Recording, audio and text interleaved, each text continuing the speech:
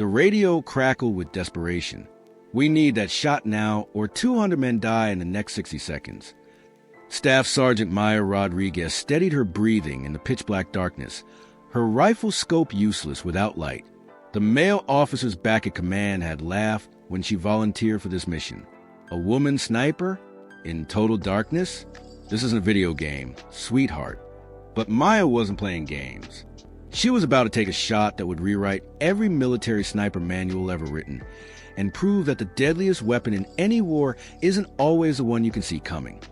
For more powerful stories about our military heroes, please take a moment to subscribe to the channel. Your support helps us continue to tell these important stories. The wind carried sand across the rooftop where Maya lay perfectly still, her body pressed against the warm concrete. Her M110 semi-automatic sniper system rested in her hands like an extension of her own body. But right now, that intimate knowledge meant nothing because she couldn't see a damn thing. The darkness was absolute. This wasn't the kind of darkness you experience in a city with distant streetlights. This was the darkness that comes when an entire power grid collapses, when every generator within 50 miles runs out of fuel. Even the stars seem to have abandoned this godforsaken corner of Iraq. "Rodriguez, do you have the shot?" The voice in her earpiece belonged to Captain Bradley Chun, coordinating the extraction from 12 kilometers away. His voice carried the strain of a man watching 200 American soldiers about to be overrun. Maya closed her eyes and focused on her other senses. She could hear distant gunfire, the sharp crack of AK-47s mixed with the deeper boom of American M4 carbines. She could smell acrid smoke from burning vehicles. She could feel vibrations through the concrete as explosions rocked the compound where her fellow soldiers were trapped. But most importantly, she could hear something else. A rhythmic thumping sound, barely audible over chaos. The sound of boots on metal stairs. The enemy was flanking the American position, using an external stairwell. If they reached the top, they would have a clear shot down into the courtyard where the wounded were staged for evacuation. "Negative on visual," Maya responded, her voice calm. "But I have audio confirmation of enemy movement on the eastern stairwell." There was a pause. "Rodriguez, audio confirmation isn't good enough. We need eyes on target. Those are the rules of engagement." Maya had known Chen for 3 years. He was a good officer, by the book. He was also the officer who had quietly opposed her selection for the sniper program, genuinely believing women lacked the capacity for the role. She had proven him wrong in Afghanistan with 47 confirmed kills. She had proven him wrong in Syria, where she'd held position for 36 hours straight. And now, in the absolute darkness of an Iraqi night, she was about to prove him wrong one more time. "Sir, with respect, I don't need eyes on target. I have ears on target, and that's enough." While they argued at command, Maya continued tracking the sound. 8 steps, pause, 8 more steps. The stairwell was external, attached to a building she had studied during the mission briefing. She knew its exact location, knew it was made of steel grating that amplified the sound of boots. She also knew there were at least 6 enemy fighters climbing those stairs. And in approximately 45 seconds, they would reach the top and devastate the American position. "Rodriguez," Chen's voice cut through, "you are not authorized to take that shot." Maya switched to emergency frequency, the channel reserved for catastrophes when normal chains of command had broken down. "Any unit in the area. This is Phantom 6 with emergency traffic." "Phantom 6, this is Viper Actual. Lieutenant Colonel James Morrison was in a helicopter 30 kilometers away. What's your emergency?" "Sir, I have audio confirmation of enemy flanking maneuver. Multiple hostiles ascending external stairwell. ETA to firing position 35 seconds. Request permission to engage without visual confirmation." The silence stretched. Morrison was surrounded by his staff, all staring at the radio in disbelief.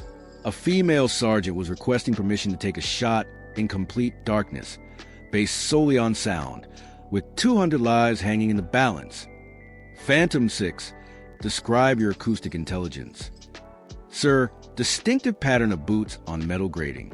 Standard tactical ascent, 8 steps, pause, 8 steps. Multiple individuals, estimated 6 to 8. Bearing 273 degrees. Range approximately 380 meters. Acoustic signature consistent with enemy forces. Phantom 6, how certain are you? This was the question that mattered. Maya thought about all the times she'd been told she couldn't do this job. All the training sessions where instructors pushed her harder than anyone else, hoping she'd quit. All the jokes about women in combat. All the times she'd had to prove herself only to have to prove herself again. 95% certain, sir. In the military, 95% certainty is as close to absolute as you ever get. It was also a level of certainty that most male snipers would never be questioned about. Phantom 6, you're authorized to engage. Proceed at your discretion. Maya had permission. Now she had to deliver. She couldn't use her scope. The night vision had died with the power grid. Instead, she relied on a technique she'd been developing since a training accident in North Carolina had left her temporarily blinded for 3 days. Those 3 days had taught her that eyes were just one of many tools. She adjusted her position, using her body as a level to ensure proper rifle orientation. Then she closed her eyes and listened. The footsteps continued. 8 steps. Pause. 8 steps. They were seconds from the top. Maya's breathing slowed. Her heart rate dropped to her combat baseline of 62 beats per minute. Her fingers found the trigger, and she aligned the rifle base purely on memory and sound. The wind shifted slightly on her left cheek. That wind would affect the bullet's trajectory. At 380 meters in complete darkness, even a small correction could mean everything. She adjusted her aim 2 degrees left to compensate. Any sniper instructor would call it impossible. But Maya was relying on something deeper than conscious thought. Thousands of hours of training, dozens of combat engagements. The state snipers called a zone, where the rifle becomes an extension of the body. The footsteps reached the top. Maya heard boots transition from metal to concrete. She heard equipment rustling, a weapon being readied. She heard breathing, heavy from the climb, and whispered Arabic. Shot 1, she whispered into radio. She squeezed the trigger. The M110 fired with sharp crack. The recoil pressed against her shoulder. The muzzle flash briefly illuminated the darkness, and in that tenth of a second, Maya saw a figure falling backward 380 meters away, point 1 down. But there were more. She worked the bolt, chambering another round, focusing on sounds. They were scattering, taking cover in predictable military patterns. When taking fire from an unknown position, you moved perpendicular to the threat axis. She heard movement to the left, heavy footsteps running in tactical boots. She adjusted her aim, leading the target base purely on sound, calculating distance and speed by ear. Shot 2. The rifle cracked again. The footsteps stopped abruptly, followed by a heavy thud, point 2 down. The enemy fighters went defensive. The shouting stopped. Movement became cautious. They had no idea where Maya was, and the darkness that prevented her from seeing them also prevented them from seeing her. Phantom 6, Viper actual. Confirmed 2 targets down. Confirmed, sir. Estimated 4 to 6 hostiles remaining. They've gone defensive. Maintaining overwatch. Copy that. Extraction team is moving now. Keep that platform suppressed for 2 more minutes. 2 minutes. Maya settled in, listening to every sound. The enemy fighters were smart, staying still, waiting. But one of them was starting to panic. The adrenaline was wearing off, reality sinking in. The breathing accelerated, rapid and shallow. Then came the sound every sniper waits for, the distinctive click of a radio being activated. Someone was calling for backup, distracted, focused on communication rather than security. Shot 3. In the brief muzzle flash, Maya saw the platform clearly. 3 bodies down, 3 figures still scrambling. She worked the bolt and adjusted based on the movement she glimpsed. Shot 4. Return fire erupted immediately. Muzzle flashes from the platform lit up the night as the remaining fighters opened up with automatic weapons. But they were firing blind, spraying bullets in the general direction they thought she might be. None came within 50 meters of her position. Their muzzle flashes gave Maya exactly what she needed. Clear visual confirmation of positions. She could see them now, silhouetted against their own weapon fire. Shot 5. Shot 6. 2 more bodies dropped. The platform fell silent. Viper Actual, Phantom 6. Platform is clear. 6 hostile Kia. Friendly forces have clear egress route. Phantom 6, that was outstanding work. Extraction team confirms clear approach. 200 souls are moving out now thanks to you. Maya allowed herself 3 seconds of relief before preparing her exfiltration. The mission wasn't over. She still had to survive, and now the enemy knew there was a sniper in the area. But as she packed her equipment, she heard voices on the emergency frequency. Soldiers from the extraction team, officers from command, even Morrison himself, talking about what had just happened. Did you see that? 6 targets in darkness with audio only. Rodriguez just rewrote the sniper manual. 20 years I've been doing this. Never seen anything like that. Captain Chen's voice cut through, carrying something Maya had never heard from him before. Genuine respect. Phantom 6, Tactical 6. I owe you an apology. What you did tonight. I didn't think it was possible. I was wrong. Maya keyed her radio one last time. Tactical 6, Phantom 6. No apology necessary. Sir, I was just doing my job. She paused and added with the slightest smile, and for the record, this wasn't a video game.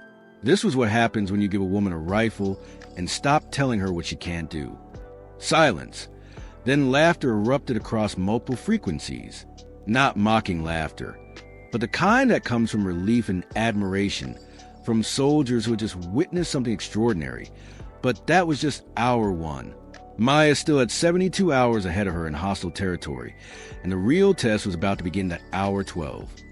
The hunter becomes the entity the building Maya had chosen for a hide site was a partially collapsed apartment complex on the edge of the city. The upper floors were unstable and dangerous, which meant enemy patrols avoided them. It was a perfect place to disappear. She had made it here just before dawn, moving to the city in her disguise as a local widow. The traditional black abaya concealed her tactical gear, and the headscarf hid her blonde hair. She moved like the locals did, head down, shoulders hunched, making herself small and invisible. Now, as the sun climbed higher, Maya could hear enemy forces mobilizing throughout the city. They knew a sniper had killed 6 of their fighters. They knew someone was in their territory, and they were hunting. Through a crack in the wall, Maya watched enemy fighters systematically searching buildings. They were being methodical, working in teams, checking every possible hide site. At their current pace, they would reach her building in approximately 4 hours. She couldn't stay here, but she also couldn't move during daylight without being spotted. She was trapped between 2 bad options: stay and be found, or move and be seen. Maya checked her equipment for magazines remaining for her rifle. 1 pistol with 2 magazines, 6 protein bars, and 3 liters of water, a basic medical kit, and the satellite radio that was her only link to friendly forces. She keyed the radio, keeping her voice barely above a whisper. Viper Actual, Phantom 6. I have enemy search parties approaching my position. Request immediate extraction. The response was immediate, but not what you wanted to hear. Phantom 6, negative on immediate extraction. Enemy has deployed additional SAM sites around the city. We can't get birds in the air without taking casualties. You need to hold position for another 60 hours minimum. 60 hours. 2.5 more days in a city full of people who want to kill her. Copy that, Viper Actual. Going dark until situation changes. Maya turned off the radio to conserve battery and focused on her immediate problem. The enemy's search parties were getting closer, and she needed a plan. She could try to ambush them, but that would give away her position to every other patrol in the area.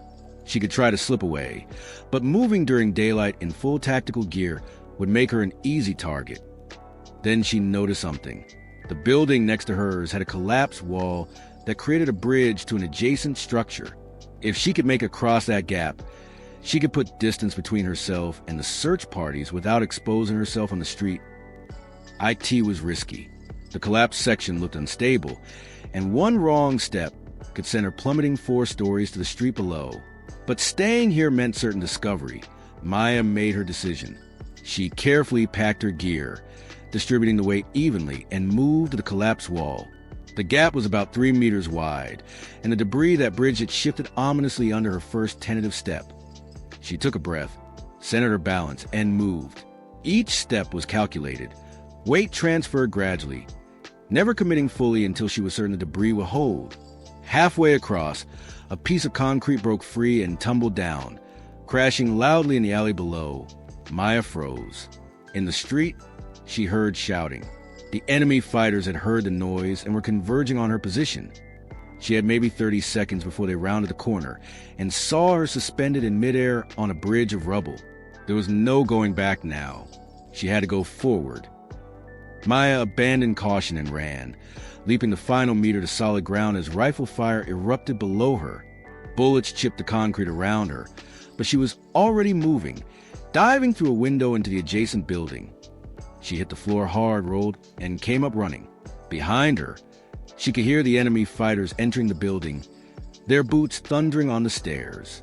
They were coming fast, and they knew approximately where she was. Maya's training took over. She moved through the building like a ghost, using furniture and debris for cover, staying low, making herself a difficult target. She found a stairwell leading down and took it, descending 2 floors before exiting into a hallway that connected to another building. The enemy was behind her, but they were making noise, calling to each other, coordinating their search. Maya used that noise to mask her own movement, timing her steps to match theirs, using their sounds to hide her own. She emerged in a building that opened onto a crowded marketplace. During the day, the market was full of civilians, women shopping, children playing, merchants selling whatever goods they could scavenge. It was the last place the enemy would expect to find an American sniper. Maya pulled her abaya tighter, adjusted her headscarf to conceal more of her face, and stepped into the crowd. She forced herself to walk slowly, to move like the other women, to blend into the flow of humanity. Her heart hammered in her chest, but her face remained calm, showing nothing but the exhausted resignation of a war widow trying to survive another day. Behind her, enemy fighters burst into marketplace, rifles raised, scanning the crowd. They were looking for an American soldier, someone in tactical gear, someone who looked dangerous. They weren't looking for the small figure in black moving through the crowd with downcast eyes. Maya made it 3 blocks before she allowed herself to breathe normally. She had escaped, but barely, and now she was deeper in enemy territory with no safe haven and 60 hours still to go to hour 48. The breaking pen to 2 days in enemy territory had pushed Maya to her limits. She hadn't slept more than 20 minutes at a time. Her food was gone. Her water was almost depleted. And worst of all, the enemy was getting smarter. They figured out that the sniper was disguised as a civilian. They were stopping women in the street, checking papers, searching anyone who looked suspicious. Maya had already evaded 3 checkpoints, and each time it got harder. She was currently hiding in the ruins of a mosque that had been bombed months earlier. It was considered sacred ground, a place the enemy fighters avoided out of religious respect. But Maya knew that respect would only last so long. Eventually, desperation would override tradition, and they would search here too. Her satellite radio crackled to life. Phantom 6, Viper Actual. Extraction window opening in 12 hours. Can you make it to the rally point? Maya looked at the map, coordinates Morrison was transmitting. The rally point was 5 kilometers away, on the far side of the city. 5 kilometers through enemy-controlled territory, through checkpoints and patrols, through a city that was actively hunting her. Negative, Viper Actual. Enemy has checkpoints on every major route. I can't move that distance without being compromised. There was a long pause. When Morrison spoke again, his voice was heavy. Phantom 6, if you can't make the rally point, we can't extract you.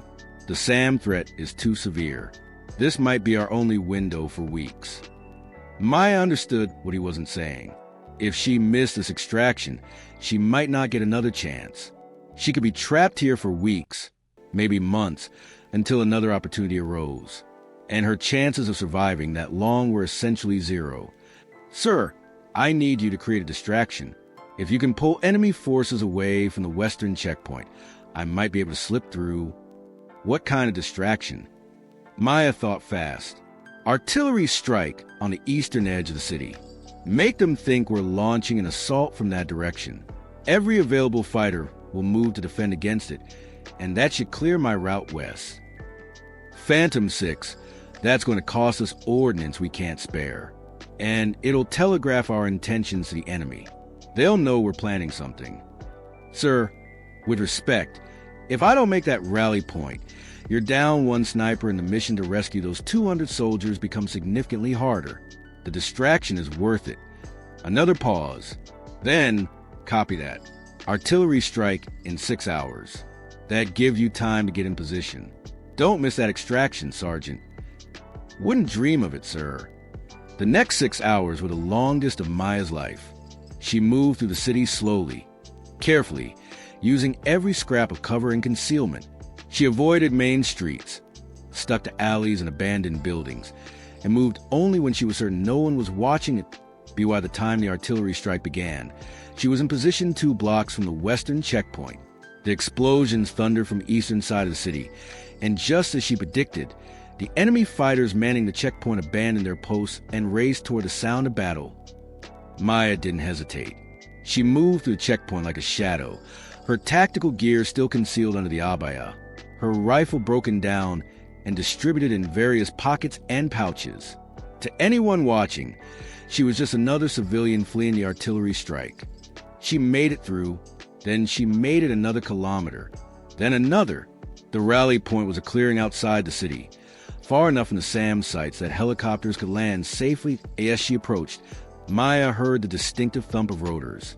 The extraction bird was coming in fast and low, its pilots pushing the limits to minimize exposure time. She broke into a run, shedding the abaya and reassembling her rifle as she moved. The helicopter touched down for exactly 15 seconds. Maya sprinted the final 50 meters and dove through the open door as the pilots pulled pitch and the aircraft lurched skyward. "Welcome aboard, Sergeant," the crew chief shouted over the rotor noise. "Hell of a run you had down there." Maya collapsed against the bulkhead, her body finally allowing itself to acknowledge the exhaustion, fear, and pain she'd been suppressing for 73 hours. She'd done it. She'd survived. And those 200 soldiers had made it out because she'd been willing to do the impossible. Epilogue. The LED 3 weeks later, Maya stood at attention in a briefing room that was considerably more crowded than the last time she'd been there. Every officer in the battalion was present, along with several she didn't recognize. Senior commanders from division, and even a general from the Pentagon. Lieutenant Colonel Morrison stepped forward with a small wooden box. Staff Sergeant Maya Rodriguez, for exceptional bravery and skill in combat, for completing a mission that military analysts determined had a 95% failure probability, and for saving the lives of 200 American soldiers. It is my honor to present you with the Silver Star, the 3rd highest military decoration for valor. He pinned the medal to her uniform as the room erupted in applause. But more importantly, Maya saw something she'd been fighting for her entire military career: respect. Not grudging respect, not qualified respect, but the absolute respect given to a warrior who had proven themselves in the crucible of combat. Captain Chin approached after the ceremony, extending his hand. "Sergeant, I was wrong about you. About everything. You're not just a good sniper. You're one of the best I've ever seen." Maya shook his hand. "Thank you, sir. That means a lot. I've been reviewing your performance, and I'd like to recommend you for advanced sniper school, the kind of training we give to special operations units. If you're interested." Maya smiled. "Sir, I'm very interested."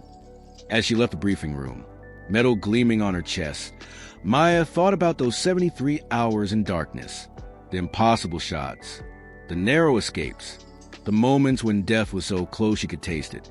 But mostly, she thought about what she'd proven. That courage is no gender. That skill is measured in results, not assumptions. And that sometimes the most dangerous weapon in any war is the one nobody saw coming. Before you go, I want to hear from you. Have you ever been underestimated because of who you are? Have you ever had to prove yourself again and again despite your accomplishments? Share your story in the comments below. Your experience might inspire someone else who needs to hear it. And if this story moved you, if it reminded you that heroes come in all forms, hit that subscribe button. Because everyone deserves to have their story told. And everyone deserves to be seen for who they really are, not just what others assume about them.